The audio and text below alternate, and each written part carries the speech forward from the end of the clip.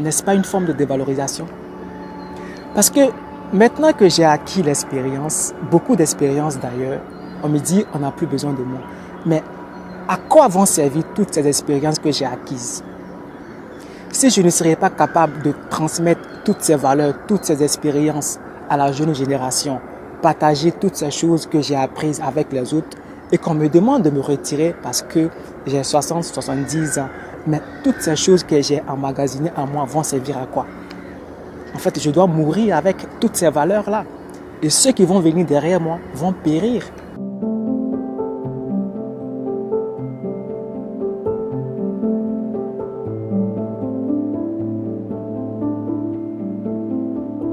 L'humain a-t-il été créé pour travailler et prendre sa retraite?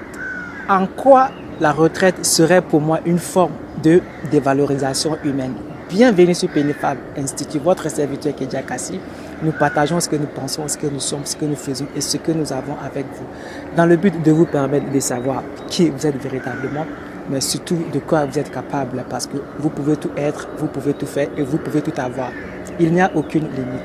Personne ne peut vous imposer une quelconque limite. Si vous rencontrez des limites, c'est vous qui les avez créées, imaginées, inventées et fabriquées dans votre esprit.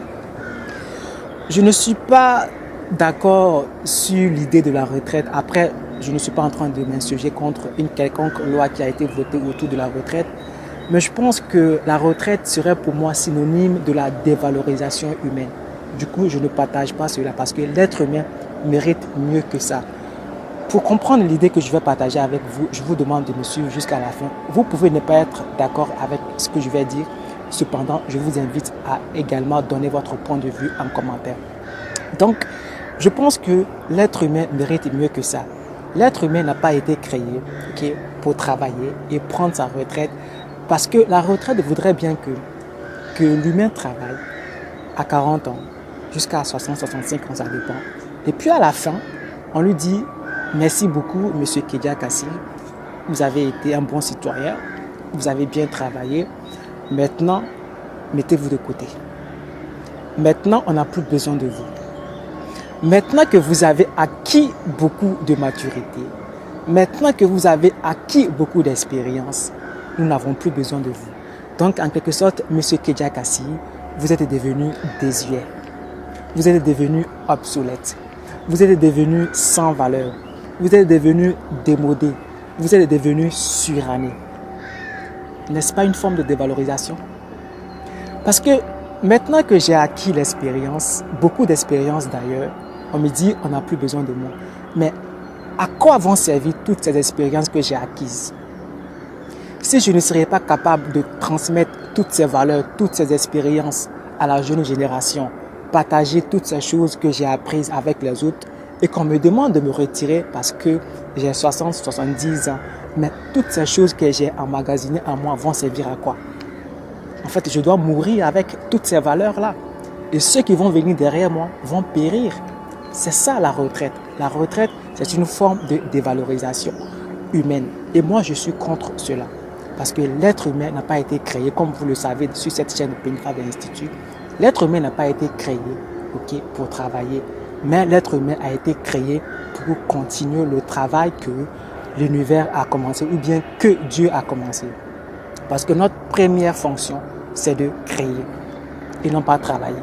Ça peut arriver qu'on soit des travailleurs, mais qu'on ne devienne pas un objet peut-être économique ou un objet de travail. Parce que s'il faut prendre la retraite pendant qu'on est en train de prendre de la valeur, on devient obsolète. Et si on devient obsolète, on devient sans valeur.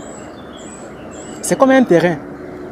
Si vous achetez un terrain, c'est vrai que la première, la deuxième année, bon, après, ça dépend de là où votre terrain est situé.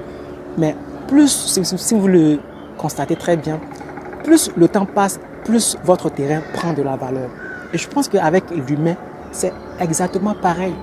Plus on grandit, plus on prend de l'âge, plus on acquiert de la maturité, plus on emmagasine des expériences, plus on prend de la valeur. Sauf qu'avec la retraite, on dit non, non, non, non, c'est bon, on n'a plus besoin de vous, allez, mettez-vous de côté, donc on devient sans valeur.